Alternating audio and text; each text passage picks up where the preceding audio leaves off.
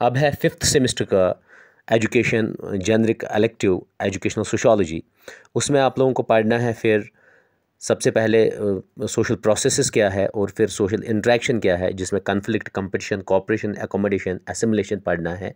उसके अलावा आप लोगों को पढ़ना है फिर उसमें मीनिंग ऑफ वैल्यू क्या है, नॉर्म्स क्या है, कैरेक्टरिस्टिक्स ऑफ वैल्यूज़ क्या है। उसके अलावा फिर डिफरेंशिएशन वैल्यूज़ एंड नॉर्म्स में क्या है। फिर लास्ट टॉपिक है सोशल मोबिलिटी, उनका कंसेप्ट और टाइप्स। इसको मैं वन बाय वन अब एलॉबरेट करूँगा। अब सोशल प्रोसेसेस क्या होता है? सोशल प्रोसेस का मतलब होता है सोशल इंटरेक्शन जो रिपीटेडली इंडिविजुअल्स ग्रुप के साथ करेंगे और इंडिविजुअल्स के साथ करेंगे इंटरेक्ट। और सोशल प्रोसेसेस का मतलब ही होता है सोशल इंटरेक्शन करना, और इसमें बहुत सारे मतलब फॉर्म्स होते हैं, जैसे कोऑपरेशन, कन्फ्लिक्ट, कंपटीशन, एकोमोडेशन। उसके बाद जो ये सोशल प्रोसेस है ये एक सोशल इंटरेक्शन है बिटवीन डिफरेंट पर्सन्स। बहुत सारे स्कॉलर्स ने अलग अलग डेफिनेशन दी। मैक्लिवर ने कहा सोशल प्रोसेस जो है इसमें ये एक मैनर है जो डिफरेंट मेंबर्स ऑफ ग्रुप एक दूसरे के साथ उनका कैरेक्टर कैसा है, उनका इंटरेक्शन कैसा है, we call it as a social process.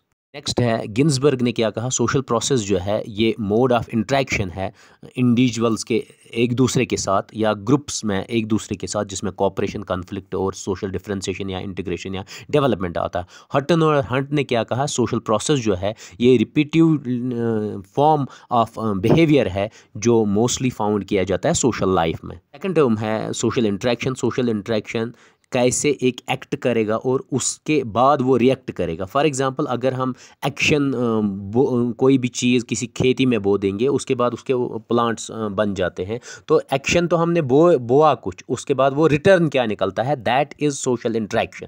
अगर हम किसी को कोई बात कहेंगे, रिटर्न में वो क्या कहेगा, we call it as a social interaction. Merrill ने क्या कहा, सोशल इंटरेक्शन जो है ये एक प्रोसेस है दो या दो से ज़्यादा लोगों के बीच जिनमें एक कंटैक्ट हो, उनके बिहेवियर एक का बिहेवियर दूसरे पे क्या हो और उसकी मॉडिफिकेशन, और वो चेंज हो सकता है। दूसरा गिलन ने क्या कहा, सोशल इंटरेक्शन जो है ये सोशल रिलेशनशिप है और जो चेंज होता रहता है, टाइम के हिसाब से चेंज होता है। ये इंटरेक्शन है between individual to individual, between group to group, between group to individual, और डिफरेंट केसेस में अलग अलग है। अब सोशल इंटरेक्शन जो है ये एक एक्सचेंज है दो इंडिविजुअल्स या दो से ज़्यादा इंडिविजुअल्स के दरमियान एक सोसाइटी में। सोशल इंटरेक्शन हो सकता है डायड, मीन्स दो लोगों के दरमियान तो उसको डायड कहते हैं, तीन लोगों के दरमियान उसको ट्रायड्स कहते हैं, और अगर लार्ज ग्रुप में आएगा तो लार्जर सोशल ग्रुप में आएगा। अब देखते हैं सोशल इंटरेक्शन के डिफरेंट मतलब काइंड्स क्या होते हैं। सबसे पहले conflict, competition, cooperation, accommodation and assimilation. Conflict क्या होता है, A.W. ग्रीन ने कहा कन्फ्लिक्ट जो है ये डिलिबरेट अटेम्प्ट है अपोजिशन का, रेजिस्टेंस का, कोर्स का, एक दूसरे के साथ कन्फ्लिक्ट रखना। उसके बाद गिलिन ने क्या कहा, कन्फ्लिक्ट जो है ये एक सोशल प्रोसेस है जिसमें एक इंडिविजुअल या एक ग्रुप दूसरे को डायरेक्टली चैलेंज करता है। वायलेंस पे बात आती है, कभी कभी उसको थ्रेट ऑफ वायलेंस होता है, we call it as a conflict. Characteristics of मतलब कन्फ्लिक्ट, इसमें सबसे पहले ये यूनिवर्सल है। यूनिवर्सल का मतलब हर एक सिटी में, हर एक शहर में, हर एक गांव में, हर एक फैमिली में कन्फ्लिक्ट होता ही है। फिर ये पर्सनल एक्टिविटी दूसरा कैरेक्टरिस्टिक्स है, मीन्स वन पर्सन में अलग कन्फ्लिक्ट हो सकता है, दूसरे पर्सन को दूसरे से अलग हो सकता है। तीसरा है ये कॉन्शियस एक्टिविटी है, ये हर एक जगह होता ही होता है। उसके बाद इंटरमीडिएट प्रोसेस है, ये ऑटोमेटिकली डेवलप होता है, क्रिएट होता है between the countries, between the families. उसके बाद सेम्यूल ने क्या कहा, उसने 4 टाइप ऑफ कन्फ्लिक्ट्स दिया है। नंबर फर्स्ट दिया है उसने वॉर, थर्ड नंबर 3 दिया है लिटिगेशन, और नंबर 4 दिया है इम्पर्सनल आइडियाज़। ये 4 टाइप है इसके कन्फ्लिक्ट के। वह दूसरा कंपटीशन। कंपटीशन क्या होता है, कंपटीशन होता है अगर एक और दो बंदे हों, उनके बीच मतलब कोई अचीव करने के लिए उनमें एक कंपटीशन हो, उनमें एक स्ट्रगल हो, दो बंदों के दरमियान या दो ग्रुप्स के दरमियान, we call it as a competition. Park और बर्गस ने कहा कंपटीशन जो है इंटरेक्शन है और विदाउट सोशल कॉन्ट्रैक्ट है ये। दूसरे सुदरलैंड ने क्या कहा, उन्होंने कहा कि कंपटीशन जो है ये इम्पर्सनल है, अनकॉन्शियस है, कंटिन्यूअस स्ट्रगल है इंडिविजुअल्स के दरमियान या ग्रुप्स के दरमियान, ताकि उनको सेटिस्फेक्शन मिले, कोई चीज़ उनको हासिल हो जाए। उसके बाद इसके कैरेक्टरिस्टिक्स है, ये यूनिवर्सल है, हर जगह पाया जाता है, इम्पर्सनल है, अनकॉन्शियस एक्टिविटी है। मतलब ये जो कंपटीशन है ये अनकॉन्शियस एक्टिविटी है। अब नेक्स्ट है कोऑपरेशन। कोऑपरेशन टर्म जो निकली है, को मतलब टुगेदर और ऑपरे मतलब वर्क। ग्रीन ने कहा कि ये कंटिन्यूअस कॉमन एंडोर है दो या दो लोगों के दरमियान, दो से ज़ायद लोगों के दरमियान, जो किसी गोल को अचीव करने के लिए उनमें एक कॉमन गोल्स होते हैं, उसको अचीव करने के लिए वो equal it as a cooperation. मेरल ने क्या कहा, कोऑपरेशन जो है ये एक सोशल इंटरेक्शन है जिसमें दो से या दो से ज़ायद लोग एक साथ काम करते हैं किसी कॉमन गोल को हासिल करने के लिए। और उसके बाद जो देखेंगे कितने टाइप की कोऑपरेशन है। मैक्लिवर एंड पेज ने क्या किया, दो टाइप की उन्होंने कहा, डायरेक्ट कोऑपरेशन और indirect cooperation. For example husband और वाइफ में जो कोऑपरेशन होती है वो डायरेक्ट कोऑपरेशन होती है। इनडायरेक्ट कोऑपरेशन का मतलब होता है जब आप किसी जगह जाते हो फॉर एग्जांपल खरीद फरोख्त करने के लिए, या टीचर और स्टूडेंट का जो कोऑपरेशन होता है वो इनडायरेक्ट कोऑपरेशन कहलाता है। AW ग्रीन ने क्या कहा, उन्होंने क्लासिफाई किया प्राइमरी कोऑपरेशन, सेकेंडरी कोऑपरेशन और टेरिशरी कोऑपरेशन। नेक्स्ट टॉपिक है एकोमोडेशन। मैक्लिवर और पेज ने कहा जो एकोमोडेशन है ये एक पर्टिकुलर प्रोसेस है जिसमें एक इंसान अटेन करेगा हारमोनी, अपने एनवायरनमेंट के इर्द गिर्द एक हारमोनी वो अटेन करेगा। या ऑगनबर्ग ने कहा एकोमोडेशन जो है, सोशोलॉजिस्ट्स ने इसको कहा है कि एडजस्टमेंट अपने होस्टाइल इंडिविजुअल्स के साथ या एनवायरनमेंट के साथ या ग्रुप्स के साथ। इसके कैरेक्टरिस्टिक्स है, ये एंड रिजल्ट ऑफ कन्फ्लिक्ट है, ये कॉन्शियस भी है, अनकॉन्शियस प्रोसेस भी है, ये यूनिवर्सल एक्टिविटी है, ये कंटिन्यूस प्रोसेस है, ये मिक्स है, बोथ लव भी होता है एकोमोडेशन में और हेट्रेडनेस भी होती है, दोनों चीज़। नेक्स्ट एसिमिलेशन है। एसिमिलेशन बेजांग ने क्या कहा कि ये एक सोशल प्रोसेस है जो डिफरेंट इंडिविजुअल्स या ग्रुप ऑफ पीपल एक साथ शेयर करते हैं, किस बेस पे, कॉमन सेंटिमेंट्स के बेस पे, कॉमन गोल के बेस पे। ओगनबर्ग निम्कोफ ने कहा एसिमिलेशन जो है ये एक सोशल प्रोसेस है जो बहुत इंडिविजुअल्स के दरमियान होता है या ग्रुप ऑफ इंडिविजुअल्स के दरमियान चंद सिमिलरिटी या डिससिमिलरिटी पे उनकी बात होती है, फिर उस पे कॉमन इंटरेस्ट पे बात की जाती है या कॉमन आउटलुक पे फोकस किया जाता है। उसके बाद जो है कैरेक्टरिस्टिक्स क्या है एसिमिलेशन के, ये एसोसिएटिव प्रोसेस है, ये यूनिवर्सल प्रोसेस है, हर जगह पाई जाती है, ये स्लो और ग्रेजुअल प्रोसेस है, और उसके बाद ये अनकॉन्शियस प्रोसेस है एसिमिलेशन।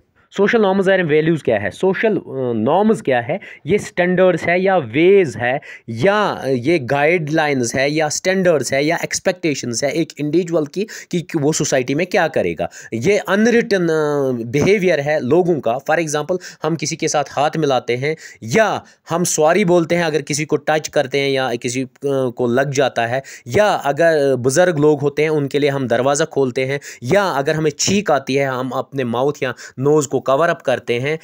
और ये सब एग्जाम्पल है सोशल नॉर्म्स के। सोशल नॉर्म्स जो है, सोशल नॉर्म्स वैल्यूज़ से डिफरेंट है। वैल्यूज़ क्या है, ये एब्स्ट्रैक्ट कंसेप्ट है जो इंपॉर्टेंट है सोसाइटी में। For example honesty. सोशोलॉजिस्ट्स कहते हैं कि चार टाइप्स के नॉर्म्स है, फोक वेज है, मोर्स है, टैबोज हैं या लॉज है। इनके कैरेक्टरिस्टिक्स सोशल नॉर्म्स के क्या है, सबसे पहले ये यूनिवर्सल है, मीन्स हर जगह पाया जाता है। एक सोसाइटी में ये अलग होता है, उसका मतलब है सोशल नॉर्म्स जो है ये रिलेटिव है, मीन्स एक जगह अलग सोशल नॉर्म्स होंगे, दूसरी जगह दूसरे सोशल नॉर्म्स होंगे। और सोशल नॉर्म्स जो होते हैं ये इक्वली इंपॉर्टेंट नहीं होता है। किसी सोसाइटी में पनिशमेंट इंपॉर्टेंट है, किसी सोसाइटी में रिवार्ड इंपॉर्टेंट है, किसी में और कुछ। नॉर्म्स जो होते हैं ये इंटरनलाइज होते हैं इंडिविजुअल में। अब है मीनिंग। वैल्यूज़ क्या होते हैं। वैल्यूज़ जो होते हैं स्टेबल लॉन्ग लास्टिंग बिलीव होता है, जो मीन्स राइट है, ये इंपॉर्टेंट, गुड भी है, ये डिज़ायरेबल है, ये वर्दी है। फॉर एग्जांपल इकोनॉमिक्स में हम वैल्यू को कहते हैं प्राइस, लेकिन सोशोलॉजी में हम वैल्यूज़ को कहते हैं जैसे देशभक्ति हो, एल्डर्स के टुवर्ड्स हम रेस्पेक्ट करेंगे, या सेक्रीफाइस कुर्बानी देंगे, या इंडिविजुअलिटी हो, हम में इक्वालिटी हो, डेमोक्रेसी हो, या उसके अलावा एक बिहेवियर हो हमारा टुवर्ड्स सोसाइटी के कि हम कैसे इसको कंजर्व और प्रिजर्व करेंगे। These are the values. Values क्या है, बेसिकली प्रिंसिपल्स है कि हमें राइट क्या करना है और रॉन्ग के खिलाफ रहना है। These are values. वैल्यूज़ जो होते हैं इसके इंपॉर्टेंट कैरेक्टरिस्टिक्स है। ये वैल्यूज़ जो है ये स्टैंडर्ड्स है कॉम्पिटेंस के और मोरलिटी के। वैल्यूज़ जो है ये कम ही तादाद में हैं, और वैल्यूज़ जो है ये एब्स्ट्रैक्ट कंसेप्ट्स है, ये स्पेसिफिक ऑब्जेक्टिव्स नहीं है। वैल्यूज़ जो होते हैं रिलेटिवली स्टेबल है, परमानेंट है, और ये रेजिस्टेंस के मतलब चेंज होते रहते हैं ये वैल्यू सिस्टम।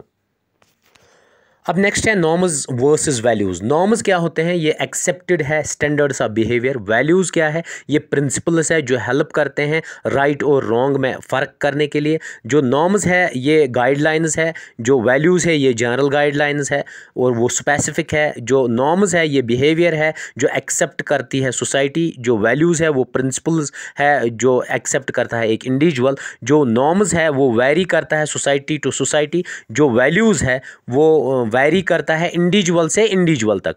जो फॉर एग्ज़ाम्पल हम माउथ को कवर करते हैं जब खांसी आती है, या शेक हैंड करते हैं, या सॉरी बोलते हैं, these are the examples of norms. और ऑनेस्टी जो है, करेज जो है, काइंडनेस है, या कोई ईमानदारी है, ये सब वैल्यूज़ है।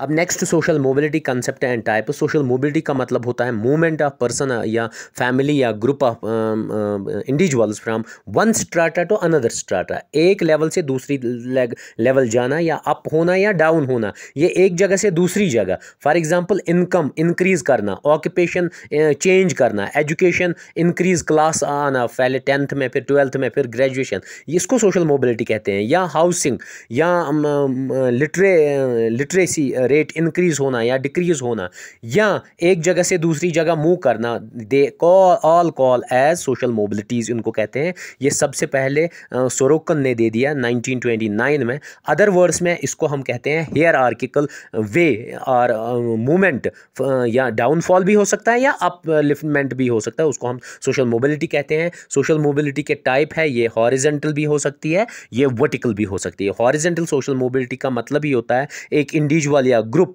जो एक जगह से दूसरी जगह मूव करे, उसको हम हॉरिजॉन्टल मीन्स ज्योग्राफिकल एरिया के हिसाब से मूव करे, वही call it as a horizontal mobility. Sorokin ने कहा कि हॉरिजॉन्टल सोशल मोबिलिटी का मतलब ही तो है एक इंडिविजुअल या सोशल ऑब्जेक्ट एक सोशल ग्रुप से अनदर सिचुएशन पे चेंज हो जाए, we call means geographical location के हिसाब से चेंज हो जाए, we call it as a horizontal social mobility. Anthony ने क्या कहा? हॉरिजॉन्टल सोशल मोबिलिटी जो होती है वो मोबिलिटी ज्योग्राफिकल मूवमेंट के बेस पे होती है। चाहे फॉर एग्जांपल आपके नेबर एक जगह रहता हो फिर वो टाउन में जाए या विलेज में जाए, we call it as a horizontal social mobility. Vertical social mobility Sorokin ने डिफाइन की है, उसने कहा कि ये इन्वॉल्वमेंट है, ट्रांजिशन है, एक लेवल से दूसरे लेवल तक जाना, एक स्ट्राटा से दूसरे, या असेंडिंग हो सकता है या डिसेंडिंग हो सकता है, या सोशल क्लाइंबिंग हो सकता है या सोशल सिंकिंग हो सकता है। अब नेक्स्ट एंटनी गिडन्स ने क्या कहा? वर्टिकल मोबिलिटी है मूवमेंट, अपवर्ड मूवमेंट या डाउनवर्ड सोशो इकोनॉमिक स्केल पे अपवर्ड मूवमेंट या downward. For example property increase हो सकती है या डिक्रीज, इनकम इंक्रीज हो सकती है या डिक्रीज, स्टेटस इंक्रीज हो सकता है या डिक्रीज, उसको अपवर्ड मोबिलिटी कहेंगे। अगर डिक्रीज हो जाएगा अपोजिट, उसको डाउनवर्ड मोबिलिटी कहेंगे। उसके बाद वर्टिकल मोबिलिटी जो है सोशल मोबिलिटी, उसमें प्रमोशन भी हो सकता है, उसमें डिमोशन भी हो सकता है, उसमें हायर स्टेटस अचीव हो सकता है, लोअर स्टेटस अचीव हो सकता है, उसमें कंडीशन बेटर हो सकती है या वर्स हो सकती है। ये सब एग्जांपल्स है वर्टिकल मोबिलिटी के। अब फैक्टर्स कौन कौन सा अफेक्ट करता है सोशल मोबिलिटी का? Educational attainment, identity, discrimination, overall income या वेरियस फॉर्म्स ऑफ कैपिटल, ये सब मतलब सोशल मोबिलिटी को अफेक्ट करते हैं।